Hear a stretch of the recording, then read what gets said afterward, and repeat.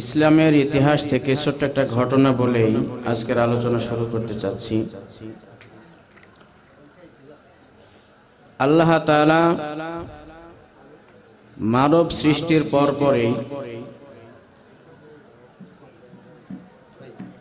ইবলিস শয়তান সে আল্লাহ তাআলার সঙ্গে এক বেয়াদবিমূলক আচরণের কারণেই তার পৃথিবীতে আসা লাগছে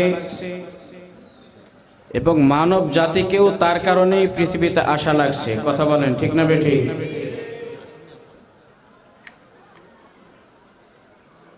কিন্তু হযরত আদম আলাইহিস সালাম, যিনি আমাদের আদি পিতা, তিনি তার ভুলের অনুশোচনায় মহামালিক আল্লাহ তাআলার দরবারে ক্ষমা প্রার্থনা করে তিনি মাপ পেয়ে গেছেন। বলেন সুবহানাল্লাহ। পাশাপাশি শয়তান ইবলিস সে কিন্তু এখনো পর্যন্ত মাপ পায় নাই। মাপ পেয়েছে? আমাদের নবী জনাবে মুহাম্মদুর রাসূলুল্লাহ, সকলে বলি সাল্লাল্লাহু আলাইহি ওয়াসাল্লাম, তিনি হাদিসের মধ্যে বলেছেন যে শয়তানকেও আল্লাহ তাআলা ক্ষমা করার জন্য সুযোগ দিয়েছেন। বলেন সুবহানাল্লাহ। সুযোগটা হলো আল্লাহ তাআলা তাকে একটা দোয়া শিখিয়ে দিয়েছেন। এই দোয়াটা সে যেদিন পড়বে তার পিছনের সমস্ত গুনাহ আল্লাহ মাফ করে দেবে। বলেন সুবহানাল্লাহ।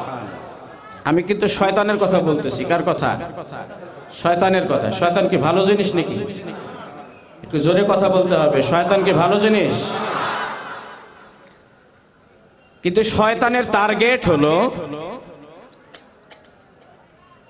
আরো কিছুদিন যাক। শয়তানের টার্গেট কি? আরো কিছুদিন যাক, আরো কিছুদিন যাক, আরো কিছুদিন যাক, আরো কিছুদিন যাক। আল্লাহ রাসূল সাল্লাল্লাহু আলাইহি ওয়াসাল্লাম বলেন, তার এই মন্তব্য করতে করতে, কারণ ভালো হয়ে গেলে তো আর খারাপ কিছু করা যাবে না, ঠিক না?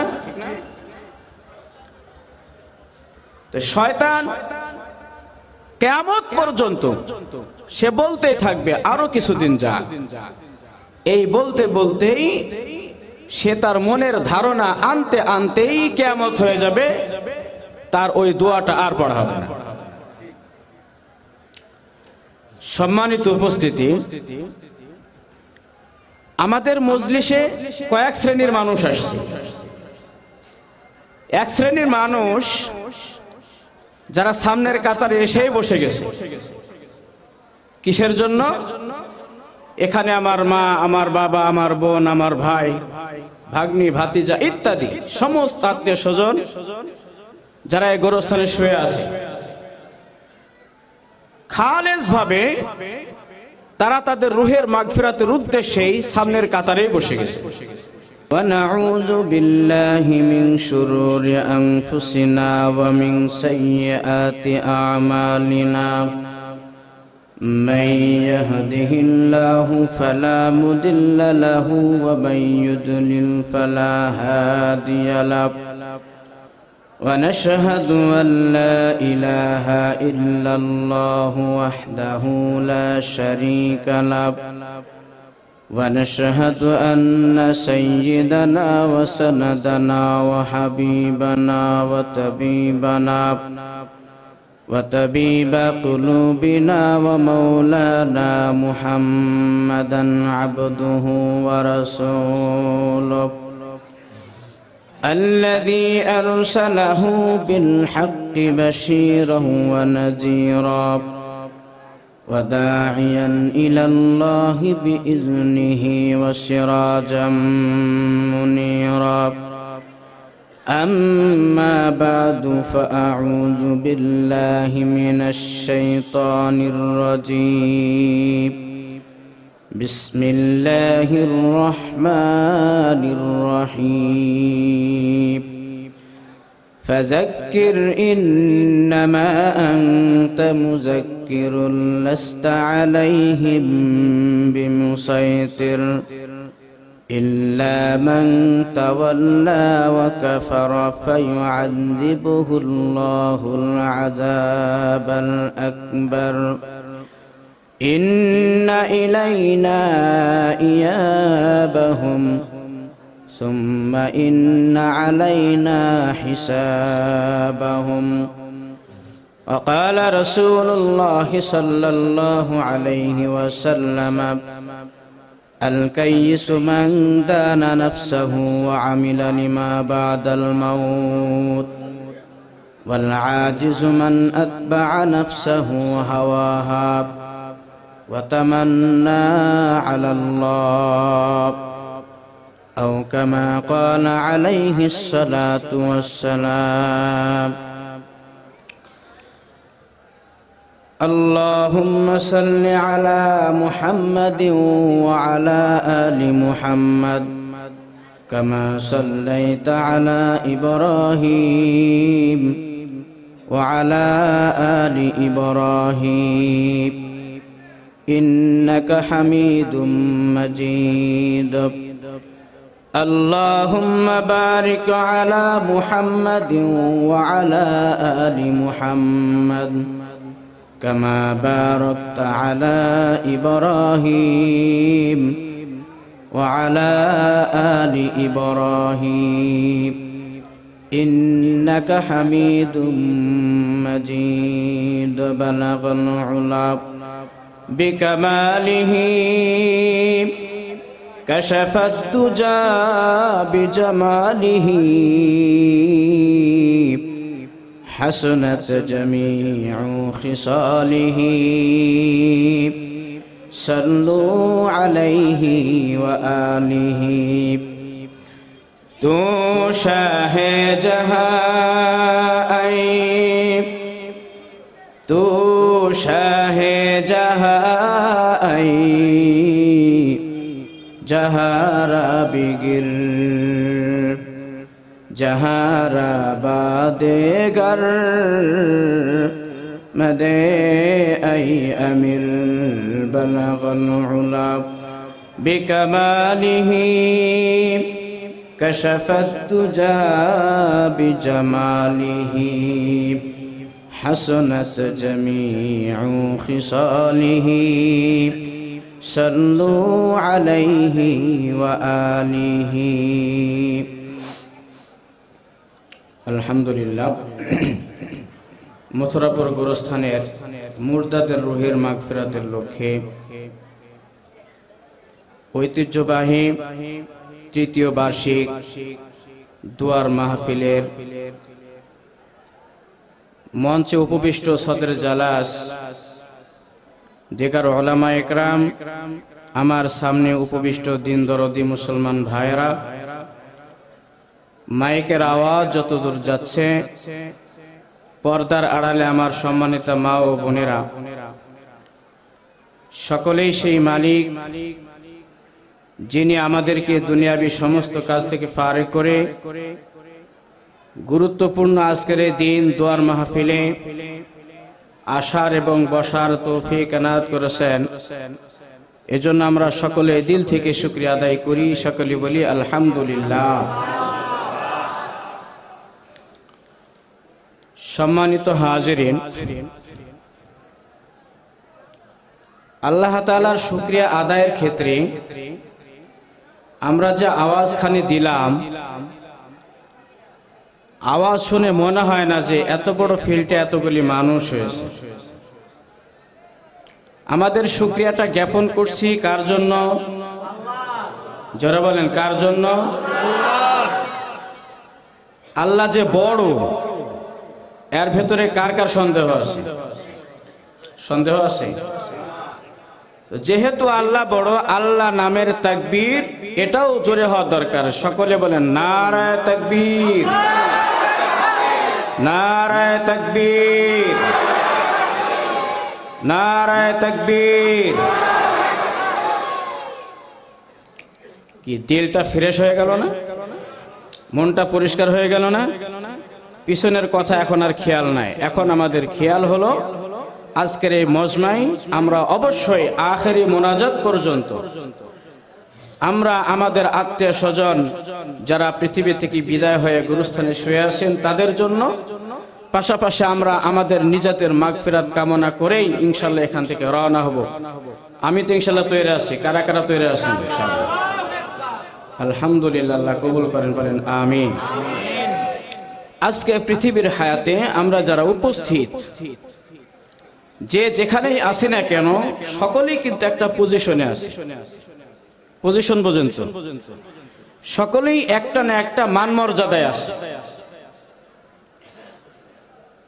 তো এই পৃথিবীর মান মর্যাদায় যে যেখানেই থাকুক না কেন, একটা কথা সকলকেই মানতে হবে, যেই আল্লাহ আমাদেরকে পৃথিবীর হায়াতে নিয়ে আসছেন, সেই আল্লাহ আমাদের পৃথিবীর হায়াত থেকে আবার নিয়ে যাবেন। বাস্তবতা এটাই তো নাকি? কেননা পৃথিবীর হায়াত আল্লাহ তাআলা এমন ভাবে তৈরি করেছেন, পাশাপাশি ঘোষণা দিয়েছেন কুল্লু নাফসিন যায়িকাতুল মাউত। পৃথিবীর হায়াতে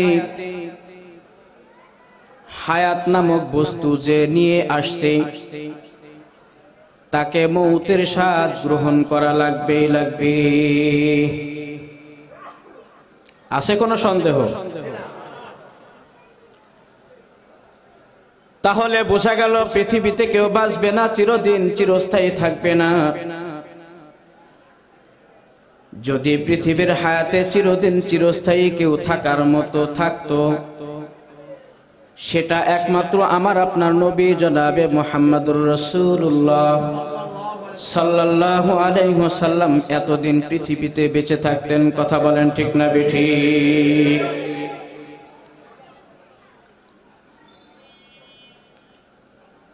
যে নবীর মান ও মর্যাদায় পৃথিবীর শুরু থেকে নিয়ে পর্যন্ত কোন মানব পৃথিবীতে জন্মায় নাই, যার মান আর মর্যাদা আমার আপনার নবী জনাবে মুহাম্মদুর রাসূলুল্লাহ সাল্লাল্লাহু আলাইহি ওয়াসাল্লামের মান মর্যাদার সমান হতে পারে।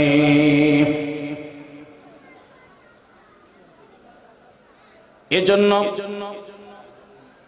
স্বয়ং মালিক আমার আল্লাহ সর্বপ্রথম যখন আমাদের আদি পিতা আদম আলাইহিস সালাতু ওয়াস সালামকে সৃষ্টি করলেন,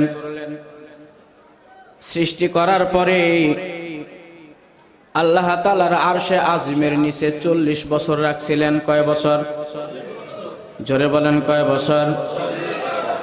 40 বছর আল্লাহ তাআলা শুধু বডি খানা তৈরি করেছিলেন, এর ভিতরে এখনো রূহ ফুঁকে দেয় নাই। একটা মরা লাশের মতো আরশে আজিমের নিচে শুয়ে আছেন 40 বছর। 40 বছর পরে মালিক আমার আদম আলাইহিস সালাতু ওয়াস সালামের বডির ভিতরে যখন রূহ ফুঁকে দিলেন, রূহ ফুঁকে দেওয়ার পরে জান্নাতে প্রবেশ করালেন। জান্নাতে প্রবেশ করার পরে আদি পিতা আদম আলাইহিস সালাতু ওয়াস সালাম আল্লাহ তাআলার কাছে প্রশ্ন করলেন, মালিক, ওগো আমার আল্লাহ, আরশে আজিমে আমি এক জায়গায় লিখা দেখেছি, এজন্য তিনি প্রশ্ন করলেন, ওগো মালিক, মান হুয়া, ওই ব্যক্তিকে কাতাবতা ইসমাহু মাআক, আপনি যার নামটা আপনার নামের সঙ্গে আরশে আজিমে লিখে রাখছেন। জোরে বলেন সুবহানাল্লাহ। আদম আলাইহিস সালাতু ওয়াস সালামের ধারণা হলো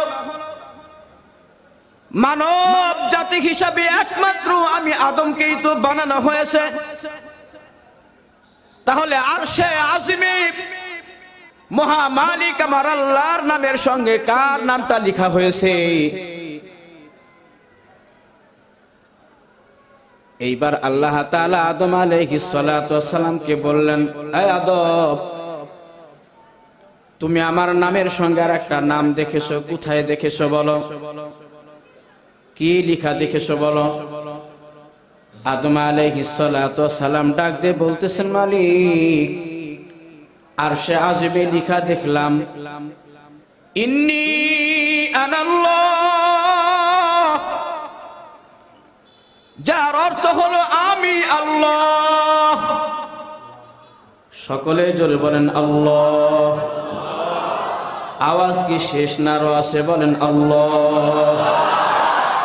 এই যে মধু মাখা নামটি কত মজা, মহামালিকের নামটা যার সিনার ভিতরে ঢুকে গেছে, শেষ হইলেও মালিকের নামটা স্মরণ হইলে শুধু মজা পায়। সে নামাজে দাঁড়াইলেও মজা পায়, যে কোরআন তেলাওয়াত করে সেও মজা পায়।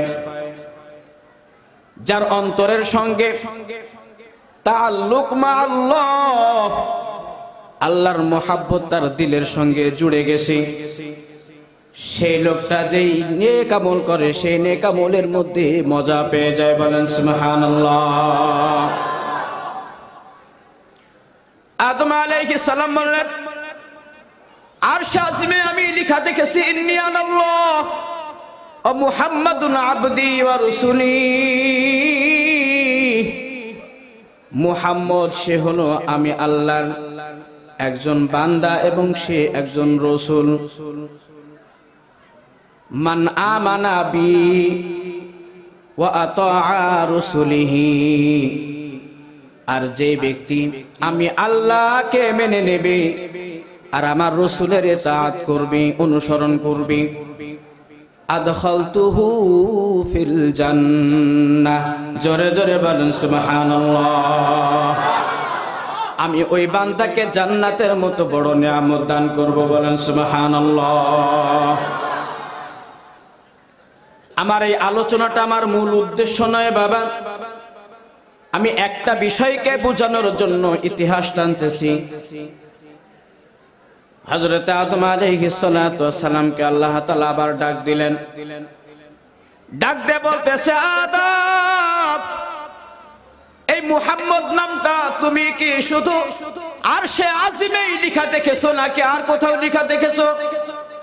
হযরত আদম মাথাটা নিচু করে বলতেছো, গো মালিক, শুধু আমি আরশে আজিমে দেখি নাই, আমি যখন জান্নাতের প্রথম গেটে ঢুকছি সেখানেও দেখছি লা ইলাহা ইল্লাল্লাহু মুহাম্মাদুর রাসূলুল্লাহ সাল্লাল্লাহু আলাইহি ওয়াসাল্লাম।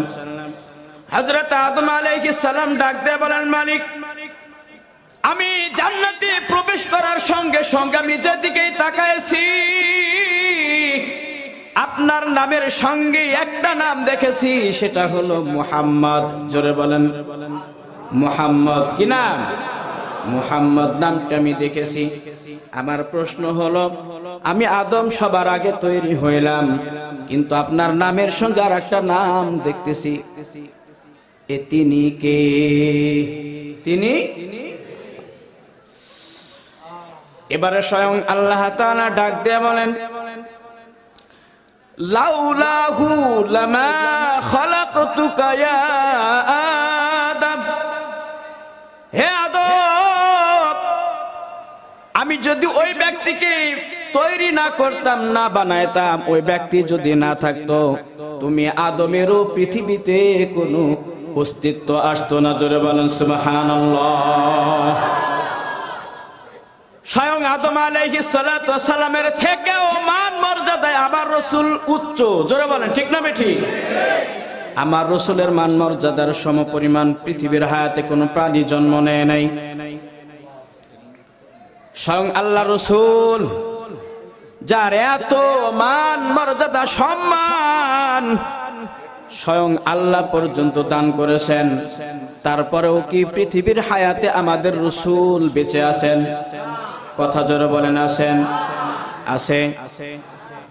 হে মানব জাতি, হে মুসলমান,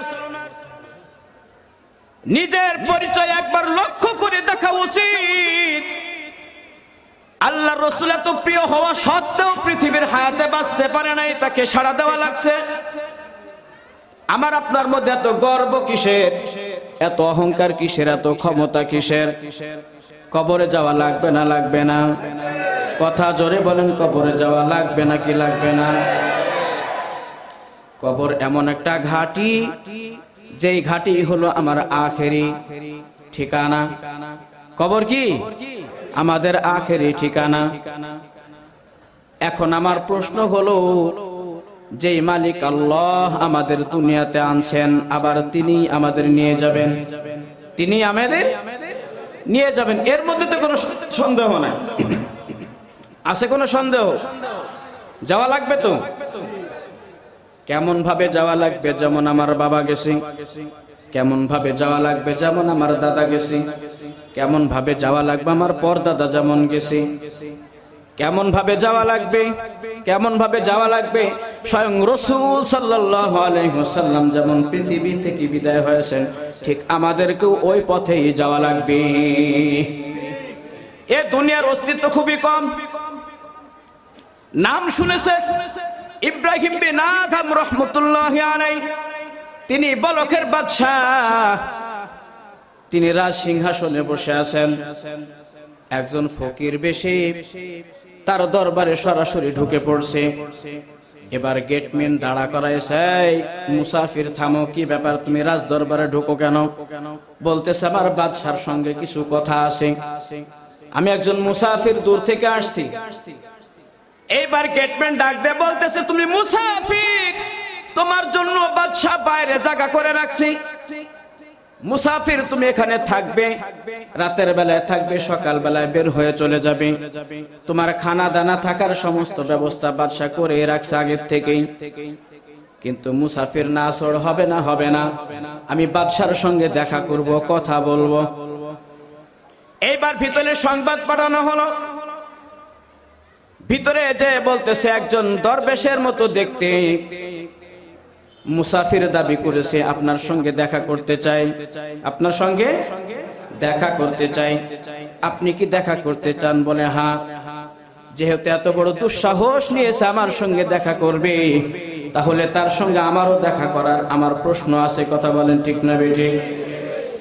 এবার মুসাফির বাদশার দরবারে চলে গেলেন। বাদশা ডাকতে বলতেছে, মুসাফির তুমি আসছো দূর দেশ থেকে, আমি তো তোমার জন্য সব ব্যবস্থা করে রাখছি। আমার প্রাসাদের বাইরে তোমার ব্যবস্থা করে রাখছি। তোমাকে থাকার ব্যবস্থা দেখানো হয়েছে, বোঝানো হয়েছে, তারপরে ওখানে আমার রাজ দরবারে ঢুকছো। মুসাফির মুসাফির খানায় থাকবি, আমি বাদশার মহল খানায় কেন আসলে? মুসাফির ডাক দে বলতেছো, ইব্রাহিম বিন আদম, আমি মুসাফির তো তুমি কি? কথা কি? আমি মুসাফির তুমি কি? আমি মুসাফির তুমি কি? বলতেছে তুমি মুসাফির, তুমি আজকে আসছো, কালকে সকাল বেলায় রওনা হয়ে চলে যাবে। আর আমি বাদশাহ, আমি রাজ দরবারে দীর্ঘস্থায়ী, আমাকে এখান থেকে টলাতে পারবে না, নড়াতে পারবে না। এইবার মুসাফির ডাক দে বলতেছে, ইব্রাহিম বিন আদম, যদি কথা তাই হয়, বলো তুমি কি একেবারে পৃথিবীর শুরু থেকে এখানে বাদশাহী করতেছো? এইবার ইব্রাহিম বিন আদম ডাক দে বলতেছে, না, পৃথিবী তৈরি হয়েছে কবে, আর আমি কোন সময় বাদশাহী করতেছি? আমি তো অল্প দিন হলো বাদশা হয়েছি। মুসাফির ডাক দে বলতেছে, বাদশা বলো খের, ইব্রাহিম বিন আদম, তুমি যে অল্প দিনে বাদশা হয়েছো, তার আগে কে বাদশা ছিল? এইবার ডাক দে বলতেছে, আমার আগে বাদশা ছিল আমার বাবা। বলে তোমার বাবা কই? বলে আমার বাবা মারা গেছেন, রাজত্ব আমার হাতে দিয়েছেন। তোমার বাবা যে মারা গেল, তোমার বাবার আগে কে বাদশা ছিল? এইবার ডাক দে বলতেছে, আমার বাবার আগে আমার দাদা ছিল। বলে তোমার দাদা কই? ডাক দে বলতেছে, আমার দাদা মারা গিয়েছেন, যার কারণে আমার বাবা রাজত্ব পেয়েছি। ঠিক এইভাবে করতে করতে বাদশার উত্তর বন্ধ হয়ে গেছে। কয় পুরুষ মনে রাখতে পারে? কথা বলেন ঠিক না বেঠি? এবার মুসাফির ডাক দিয়ে বলতেছে, ও ইব্রাহিম বিন আদহাব, তুমি যদি মারা যাও তাহলে কি হবে? বলে আমার ছেলে এখানে বাদশাহী করবে, রাজত্ব করবে। এইবার মুসাফির ডাক দিয়ে বলতেছে, তো তোমার আর আমার মধ্যে পার্থক্য কোথায়? তোমার আর আমার মধ্যে? আমি না হলে রাতের বেলায় আসছি, রাত্রি যাপন করে সকাল বেলায় রওনা হয়ে যাব, কিন্তু তোমার তো অবস্থায় একই। তুমি আজকে আসো, কালকে মারা যাবে না, এর কোনো সিওরিটি আছে নাকি? কথা বলেন। আমরা যারা উপস্থিত মুসল্লি, আমরা যারা উপস্থিত হয়েছে এখানে, আমরা আজকে এই সময় বাড়িতে যেতে পারবো, এর কোনো গ্যারান্টি আছে নাকি? কথা জোরে বলেন, গ্যারান্টি আছে নাকি? মৌতের কোনো গ্যারান্টি নাই। কে কখন কোথায় কিভাবে মারা যাবে এটা কেউ বলতে পারবে না। স্বয়ং আল্লাহ তাআলা সমস্ত কিছু লিখে রাখছেন। কথা বলেন ঠিক না বেঠিক? এইবার মুসাফির বলতেছে, বাদশা তুমি যদি এখানে চিরস্থায়ী থেকে যাও, থাকো, আমি চলে গেলাম, কারণ আমি তোমার এখানে থাকার জন্য আসি নাই। আমি একটু বোঝাইতে চেয়েছিলাম, মুসাফির দুনিয়াতে যারা আসছে সকলেই মুসাফির। দুনিয়াতে যারা আসছে সকলেই কি? এহি হামসম মুসাফির হয়, ওহি আখের ঠিকানা, कोई आगे रवाना है, कोई पीछे रवाना। এই যে দুনিয়ার হায়াত, এটা হলো মুসাফির খানা, আমাদের ঠিকানা হলো আখিরাত। তবে কেউ আগে মারা যাবে, কেউ পরে মারা যাবে, ঠিকানা কিন্তু একটাই, সেটার নাম হলো কবর। কি জোরে বলেন? কবর। এজন্য এক বাদশা তার লস্করকে পাঠাইছে যুদ্ধের ময়দানে। চলতে চলতে চলতে চলতে এক জায়গায় তারা তাবু গাড়ছে। পাশেই একটা গাছ, পুরানো গাছ, সেই গাছের নিচে এক ফকির শুয়ে ঘুমাচ্ছে। ফকির শুয়ে ঘুমাচ্ছে। এইবার বাদশার লস্কররা সেখানে যায়, যখন তাবু গাড়তেছে, টুকটাক আওয়াজ হওয়ার কারণে ওই ফকির তার ঘুমটা ভেঙে গেছে। ফকিরের ঘুমটা ভেঙে গেছে। তো যখন ঘুমটা ভেঙে গেছে, চক্ষু মেলে দেখতেছে কিছু লোক এখানে আওয়াজ করতেছে, যাদের আওয়াজ আবার ঘুমটা ভেঙে গেছে। এইবার ডাক দিয়ে বলতেছে, এ পথিক, তোমরা কোথা থেকে আসছো, কেন আসছো? আমি গাছের তলায় ঘুমাইছিলাম সামান্য সময়, আমার ঘুমটা তোমরা কেন ভাঙাইলে? তোমরা কোথা থেকে আসছো বলো। আচ্ছা বলেন তো, একজন ফকির যদি আমাকে আপনার কোনো প্রশ্ন করে, প্রশ্নের উত্তর দেওয়ার প্রয়োজন আমরা কি মনে করি? কথা বলেন, কোন প্রয়োজন আছে আমাদের? এইবার বলতেছে, আমরা যেখান থেকে আসি, আপনার সমস্যা কি? বলে, তোমরা আমার ঘুম ভাঙাইছো। তো বলতেছে, ঠিক আছে, ঘুম ভাঙাইছি, তাতে কি? কি করবেন আপনি? ঘুম ভেঙছে, কি হয়েছে? এইবার ডাক দিয়ে বলতেছে, বলো তোমরা কোন দেশ থেকে আসছো, কোন বাদশার সিপাহী? বলতেছে, আমরা খলিফা হারুনুর রশিদের সিপাহী। খলিফা হারুনুর রশিদ এত বড় একজন বাদশা ছিলেন, আমার বাংলাদেশের মতো 200 দেশের একাই বাদশা ছিলেন। জোরে বলেন সুবহানাল্লাহ। বাদশা খলিফা হারুনুর রশিদের তোমরা সেনাবাহিনী? বলে, হ্যাঁ। তোমাদের বিচার আমি করব না, তোমাদের এই বিচার, তোমরা যে আমার ঘুম ভাঙাইছো, বাদশা হারুনুর রশিদের কাছে আমি বিচার পেশ করব, এর সঠিক বিচার আমি চাই। এবার সে ভিক্ষা করা ছেড়ে চলে গেছে বাদশা হারুনুর রশিদের কাছে। বাদশা হারুনুর রশিদের কাছে যে বলতেছে, বাদশা হারুনুর রশিদ, আমি একটা নালিশ তোমার কাছে নিয়ে আসছি। বলে, কি নালিশ? বলে, তোমার লয় লস্কর সেনাবাহিনী তারা আমার ঘুম ভাঙাই দিয়েছে। আমি সকাল থেকে দুপুর পর্যন্ত ভিক্ষা করেছি। কি করেছি?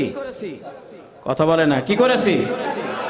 সকাল থেকে দুপুর পর্যন্ত ভিক্ষা করে একটা গাছের ছায়ায় ঘুমায়েছি। আপনার সেনাবাহিনীরা যে সেখানে তাবু গাড়ার সময় আমার ঘুমটা ভাঙাই দিয়েছে, এর বিচার করা লাগবে। বাদশা খলিফা হারুনুর রশিদ অবাক হয়ে গেছে। অবাক হয়েছেন এজন্যই, মানুষের কি ঘুম ভাঙে না? কথা বলে, মানুষের তো ঘুম ভাঙে, আর আমার সেনাবাহিনীর কারণে ঘুম ভাঙছে। একটা গাড়ির আওয়াজও তো ঘুম ভাঙতে পারে, একটা পাখি এসে তার মাথার উপরে পড়ছে, ঘুম ভেঙে যেতে পারে। কিন্তু সে আমার কাছে নালিশ নিয়ে আসছে, কারণটা কি? এমন নালিশ তো হওয়ার কথা না। সে তেমন গুরুত্ব দেয় না। খলিফা হারুনুর রশিদ ডাক দিয়ে বলতেছে, ফকির, তোমার যে ঘুম শুধু আজকেই ভাঙছে বিষয়টা এমন না, এর আগে তো ভাঙছে। কি ভাঙে নাই? সে তো প্রতিদিন রাতের বেলায় ঘুমায়, সকাল হলেই ঘুম ভেঙে যায়, কিন্তু আজকে সামান্য ঘুম ভাঙার কারণে আমার কাছে নালিশ নিয়ে আসছে। কারণটা কি? এ ফকির, তোমার যে ঘুম ভেঙে গেছে, তুমি সামান্য একটা বিষয়কে বড় ইস্যু বানায় আমার কাছে আসছো। কারণটা কি? আমার কাছে কেন আসছো? কি বিচার করব আমি? এইবার ফকির জবাব দিতেছে, বাদশা খলিফা হারুনুর রশিদ, অন্য দিনের ঘুম ভাঙা আর আজকের ঘুম ভাঙার মধ্যে পার্থক্য আছে। বলে, কি পার্থক্য? ঘুম ভাঙার মধ্যে আবার পার্থক্য হয় নাকি? বলে, হ্যাঁ পার্থক্য আছে। আমি যে আজকে দুপুর বেলায় সারাদিন ভিক্ষা করে গাছের নিচে আরাম করার জন্য সামান্য কাত হয়েছি, আমার আমি একটা স্বপ্ন দেখতেছিলাম। কি দেখতেছিলাম? আমি একটা স্বপ্ন দেখতেছিলাম। বলে, কি স্বপ্ন? বলো।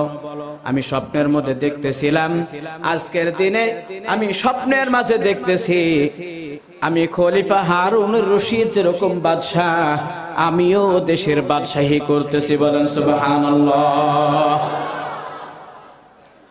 স্বপ্নে তো অনেক কিছুই দেখা যায়, কথা বলেন ঠিক না বেঠিক?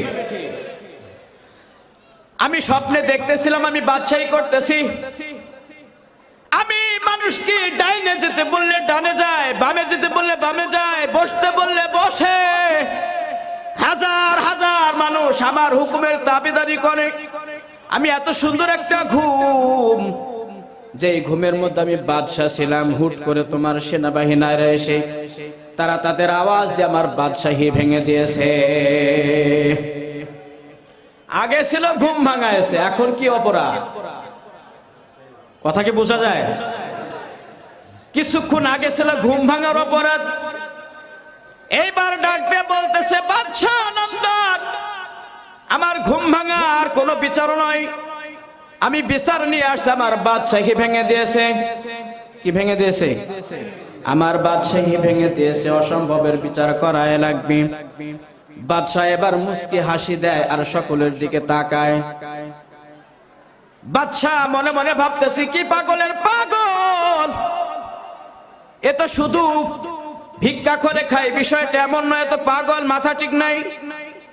যদি মাথা ঠিক থাকতো তাহলে কখনোই স্বপ্নের রাজা, স্বপ্নের বাদশার বাদশাহী ভেঙে গেছে এর জন্য বিচার চাইতে আসতো না। এটা মনে মনে কল্পনা করে সে সবার দিকে তাকায় আর মুস্কি মুস্কি হাসতেছে। এইবার এই ফকির বাদশাহ খলিফা হারুনুর রশিদের দিকে তাকায় বলতেছে, বাদশাহ, আমি যে কথাটা বলতেছি আপনার কাছে সামান্য মনে হইতেছে, ঠিক না? আমার কথাটা, আমার বিচারটা আপনার কাছে সামান্য মনে হইতেছে। আপনার সেনাবাহিনীরা আমি যে স্বপ্নের মাঝে বাদশাহী করতেছিলাম, আমার বাদশাহী ভাঙছে আমার ঘুম ভাঙার পরে। ঘুম ভাঙার, আমার বাদশাহী টুটে গেছে, ভেঙে গেছে, নষ্ট হয়ে গেছে আমার ঘুম ভাঙার পরে। ও বাদশাহ খলিফা হারুনুর রশিদ, আপনি যে বাদশাহী করতেছেন, আপনি কি জানেন আপনি ঘুমানোর পরে আপনার বাদশাহী শেষ হয়ে যাবে? কুল্লু নাফসিন যায়িকাতুল মাউত। ও বাদশাহ, তোমার যে ঘুমের কথা বলেছি এটা সাধারণ স্বাভাবিক প্রতিদিনের ঘুমের মতো নয়। আমি যেটা বলছি তোমার আরামের ঘুম একবারে যেটা আসবে, কুল্লু নাফসিন যায়িকাতুল মাউত, তুমি যে বাদশাহী করতেছো, তুমি যে রাজাগিরি করতেছো, তুমি যে ক্ষমতার আসনে বসে আছো, একটা সময় আসবে তোমার ঘুম আসলে তোমার বাদশাহী ভেঙে যাবে। কথা বলেন ঠিক না বেঠিক? এ মুসলমান ভাইরা রে আমার, যে যে স্থানে আছে সকলকে মৌতের জন্য প্রস্তুত। আমরা কি প্রস্তুত? মৌতের জন্য কি প্রস্তুত? কথা বলেন, মৌতের জন্য প্রস্তুত? যদি প্রস্তুত হতে হয় তাহলে আমাদের এমন একটা মানুষ হতে হবে, মৌতের জন্য প্রস্তুত হতে হলে এমন একজন মানুষ হওয়া লাগবে। কিতাবের মধ্যে লিখেন, একজন সাধারণ একটা যুবক, সে চলতেছে মাঠের মধ্য দিয়ে, মাথায় একটা বোঝা নিয়ে। হঠাৎ করে সামনে একজন এসে বলতেছে, এ প্রতীক একটু থামো। সালাম দিয়ে দাঁড়া করায় এসে এইবার সে বলতেছে, কে ভাই আপনি কে? এইবার বলতেছে, আমার নাম আজরাইল। কথা বলেন, কি নাম? আজরাইল নামটা তো শুনলে একটু কাঁপাকাঁপি শুরু হয় না? হয় না? হয় হয়। আজরাইলের সঙ্গে মুলাকাত হবে না? কার হাত তোলেন তো? আজরাইলের সঙ্গে সাক্ষাৎ হবে না এরকম বীর বাহাদুর কেউ আছে? কথা বলেন, আছে? আজরাইলের সঙ্গে সাক্ষাৎ হবে। হযরত আজরাইল ডাক দিয়ে বলতেছে, পথিক আমার নাম হলো আজরাইল। এইবার ওই যুবক কোনো ভয়ও পায় নাই, ভীতিও হয় নাই। এইবার ডাক দিয়ে বলতেছে, ভাই আজরাইল, আমার মাথার উপর একটা বোঝা আছে, একটু ধরে নামায় দাও। এবার বোঝাটা ধরে নামাই দিয়েছে। ঠিক কাঁধের উপরে একটা রুমাল, রুমালটা জমিনের উপরে বিছাইছে। রুমালটা বিছানোর সাথে সাথে 2 রাকাত নামাজের নিয়াত করছে। জোরে বলেন সুবহানাল্লাহ। 2 রাকাত নামাজের নিয়াত করে দ্বিতীয় রাকাতে যাওয়ার পরে আর মাথা উঠায় না, সেজদার মধ্যে মাথাটা রেখে দিয়েছে। দীর্ঘ সময় আজরাইল আলাইহিস সালাম অপেক্ষা করে করে বলতেছে, ও ভাই আর কতক্ষণ দাঁড়াবো? তোমার সঙ্গে কিছু কথা ছিল, ওঠো, মাথাটা উঠায় নাও। মাথা উঠায় সালাম ফিরাইছে। সালাম ফিরায় বলতেছে, ও ভাই আজরাইল, আমি আমার বুদ্ধি বয়স থেকে আমার মনের একটা বড় আশা, আমি যখন নামাজ পড়বো নামাজের সেজদারত থাকবো, আমার মালিক দয়ার আল্লাহ তিনি যেন সেজদার মধ্যে আমার জানটা কবুজ করতে তোমাকে পাঠায়। জোরে জোরে বলেন সুবহানাল্লাহ। এবার আজরাইল আলাইহিস সালাম ডাক দিয়ে বলতেছে, ও আল্লাহর গোলাম, আমি আজকে তোমার জান কবুজ করতে আসে নাই। ভালো করে শোনো, ভালো করে শোনো। আজকে তোমার জান কবুজ করার জন্য আসি নাই। মহামালিক আল্লাহ ফেরেশতাদেরকে তারা আরশে আযমে ডাক দিয়েছিলেন একটা আলোচনার জন্য।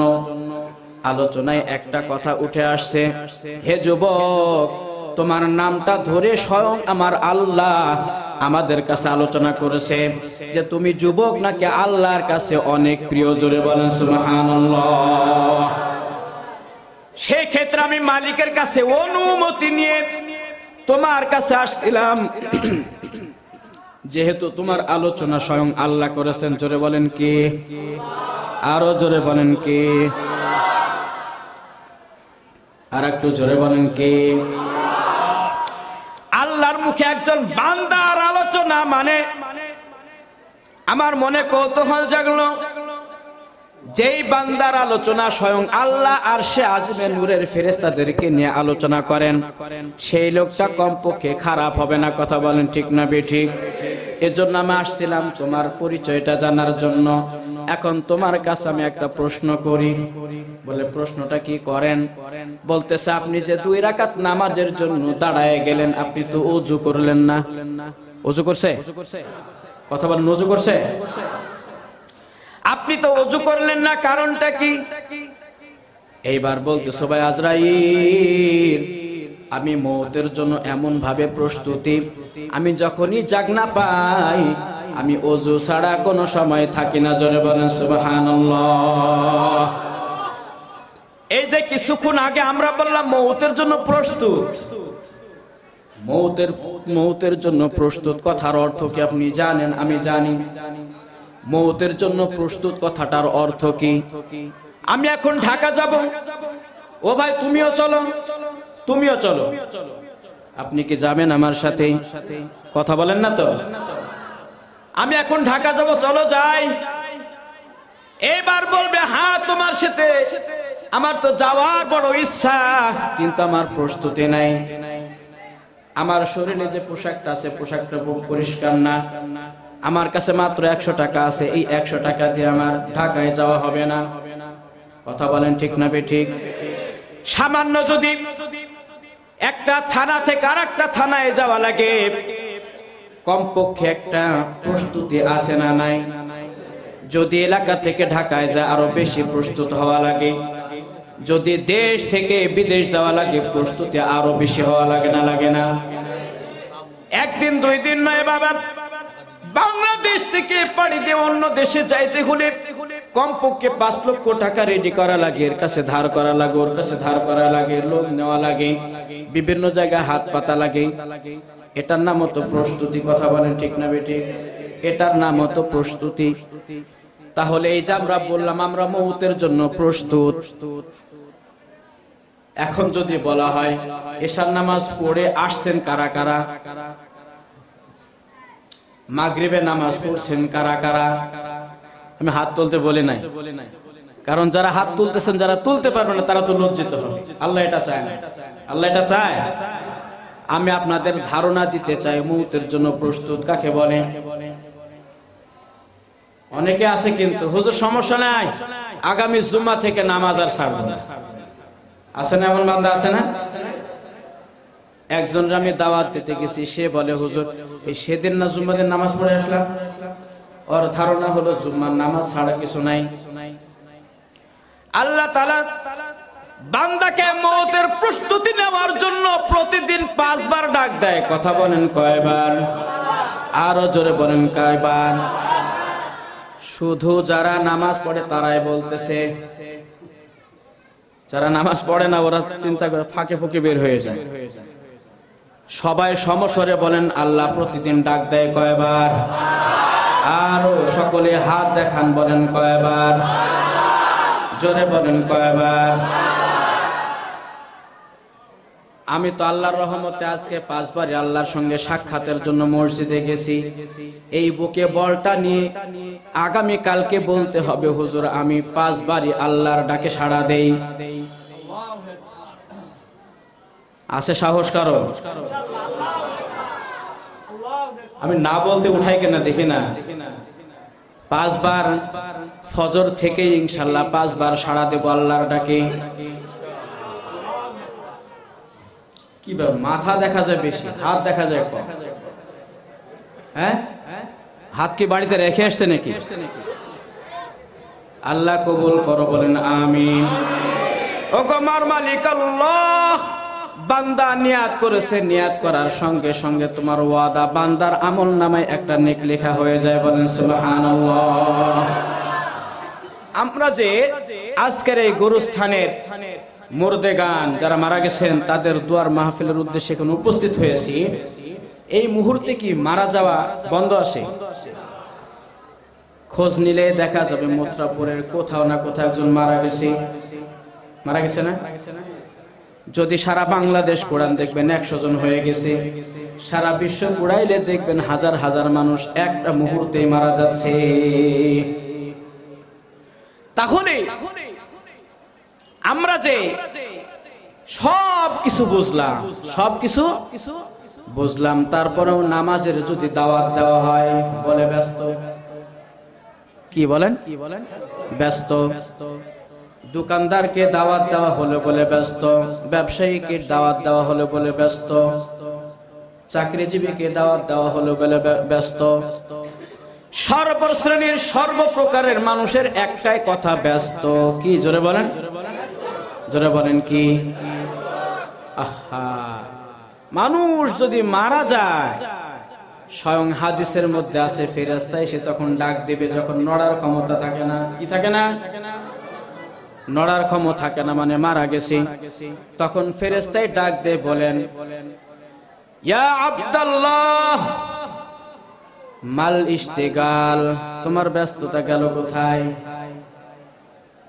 এখন তো নিজে পায়ে হাঁটতেও পারো না, আমার কথার জবাবও দিতে পারো না, নামাজও পড়তে পারো না, ইবাদতও করতে পারো না, পর উত্তর দেওয়ার ক্ষমতা আছে? আর কথা বলেন আছে? সমস্ত কিছু অকেজো হয়ে গেছে। এইবার ফেরেশতায় পরবর্তী উত্তর দেয়, তোর জবাব হলো কি? সাআলাল মুশতাগাল ওয়া বাকিয়াল ওয়াবাল, আমার সমস্ত ব্যস্ততা শেষ, এখন আমার সামনে শুধু বিপদ আর বিপদ। বাকিয়াল ওয়াবাল, আমার এখন বিপদ আর বিপদ। কেমন দেখেন, একজন মানুষ মারা গেলে বিভিন্ন দিক থেকে মানুষ চলে আসে।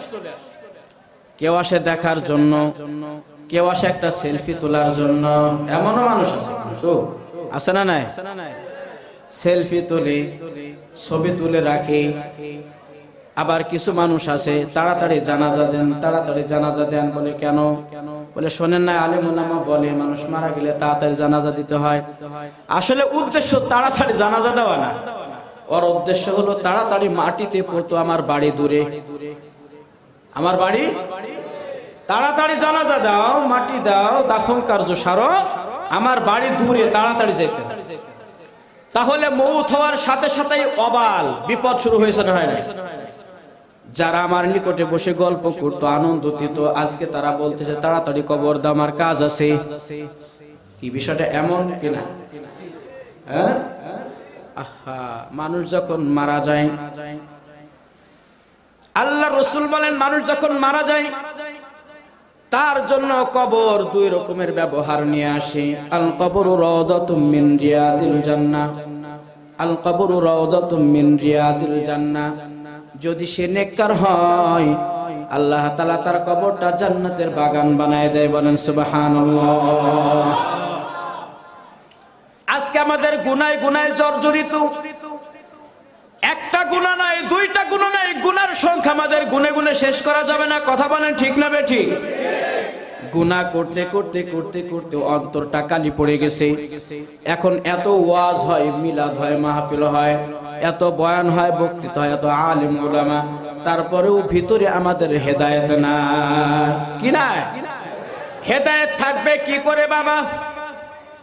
খেজুর গাছের রস ছুড়ার পরে যখন হাড়িটা দেওয়া হয়, হাড়িটা যদি ফাঁকা না থাকে, যতই রস পড়ুক বলেন তো রস জমবে? জমবে? বলে আমাদের গুনায় গুনায় গুনায় গুনায় অন্তরটা লোড হয়ে গেছে, এখন হেদায়েতের বাণীতে হেদায়েত আসে না। কিন্তু এই হেদায়েত কি জিনিস? আল্লাহ রাসূল তার সাহাবীদের মধ্যে এমন ভাবে ঢেলে দিয়েছেন, তারা সাথে সাথেই হেদায়েত পেয়েছে। বলেন সুবহানাল্লাহ। তারা তাদের গুনাহ যখনই বুঝতে পারছে আমার গুনাহ হয়ে গেছে, সাথে সাথে তওবা, সাথে সাথে কি? জোরে বলেন, সাথে সাথে কি?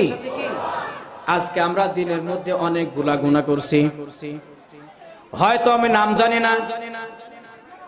এই আয়োজনের মধ্যে অনেকে আছে আজকে জিনা করেছে। কি করেছে? জিনা পর্যন্ত, অবৈধ সম্পর্ক, এক যুবক আর একজন যুবতী মহিলার সাথে বা নারী পুরুষ অবৈধ মিলন করছে, এটার নাম হলো জিনা। এটার নাম কি? কিন্তু তারপরেও সে কিন্তু হয়তো ভুলে করছে, তওবা কিন্তু করে না। করে? তওবা করে? আমাদের মধ্যে তওবা নাই, কিন্তু সাহাবায়ে কেরাম গুনাহ করছে, সাথে সাথে তওবা।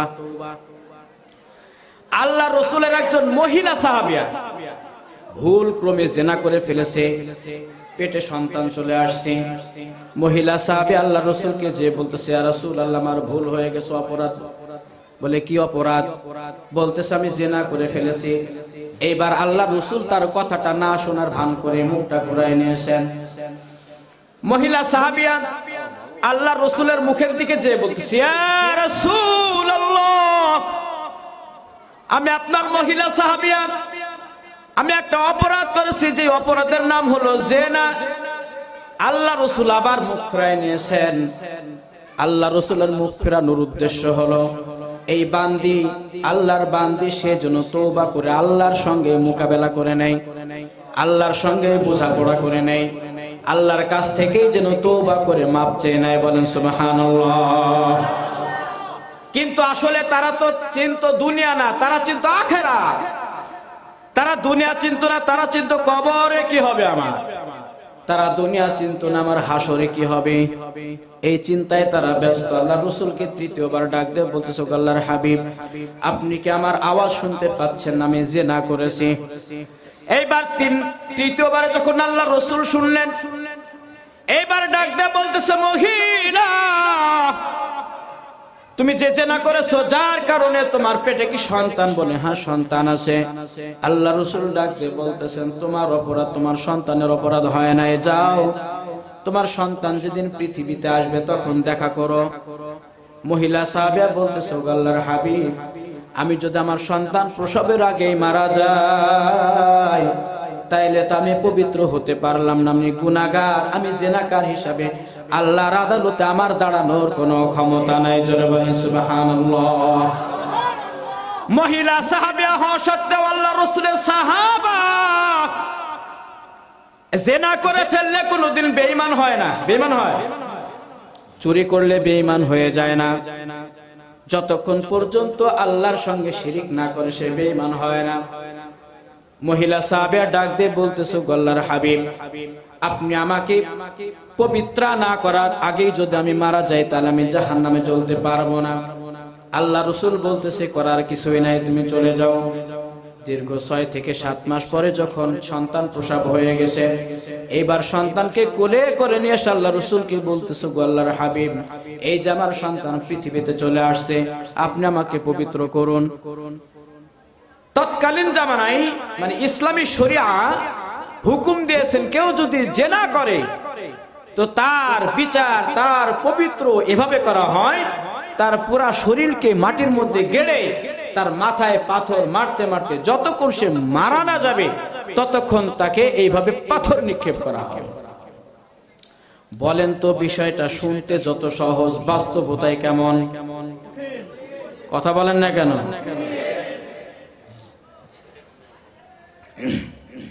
আলোচনা শুনতে যেমন লাগতেছে, বাস্তবতাটা কেমন কঠিন। এবার মহিলা সাহাবিয়া চলে আসছেন, আল্লাহর হাবিব এই যে আমার সন্তান, আমাকে আপনার শাস্তির মাধ্যমে পবিত্র করুন। আমি কিয়ামতের ময়দানে, আল্লাহর হাসরের ময়দানে আমি অপবিত্র থাকতে চাই না, আমি হিসাবের কাঠগড়ায় দাঁড়াইতে চাই না। কিন্তু আমাদের বুকে বল আছে, আমাদের বুকে বল না থাকলে কখনো 5 ওয়াক্ত নামাজের 1 ওয়াক্ত কাজা হয় না। আমাদের বুকে বল না থাকলে অন্যকে ঠকানো যায় না। আমাদের বুকে বল না থাকলে মানুষের চুরি করা যায় না, ডাকাতি করা যায় না, মানুষের জমি মেরে খাওয়া যায় না। কথা বলেন ঠিক না বেঠিক? যেহেতু আমরা অন্যায় করি, বোঝা গেল আমাদের ক্ষমতা আছে। দুনিয়াতে মনে হচ্ছে, কথা কি খারাপ লাগতেছে? আমাদের অবশ্যই ক্ষমতা আছে বিধায় আমরা অন্যায় করতেছি, কিন্তু সাহাবীদের মধ্যে কোনো ক্ষমতা ছিল না। মালিকের দরবারে উঠে বিচার দিবস দিন কায়েম হয়ে যাবে, মালিকের সামনে দাঁড়ায় হিসাব দিতে পারবে, ক্ষমতা তাদের ছিল না। মহিলা সাহাবিয়া যখন এই আরজ করলেন, আল্লাহ রাসূল বললেন, দেখো মহিলা, তোমার সন্তান যদিও পৃথিবীতে আসছে কিন্তু এখনো তোমার মধ্যে তোমার সন্তানের হক রয়ে গেছে। হক রয়ে গেছে। কি হক? তোমার সন্তান যতদিন তার নিজে হাতে খাওয়া না শিখবে ততক্ষণ পর্যন্ত তোমার স্তনের দুগ্ধ তার জন্য হক। জোরে বলেন ঠিক না বেঠিক? তোমার সন্তান না হলে কিয়ামতের ময়দানে তোমার খাবার দাবি করবে। এজন্য মা বাবা হিসাবে সন্তানের পরিপূর্ণ হক আদায় করা দরকার। অনেক মা বাবা আছে সন্তানের হক আদায় করে না।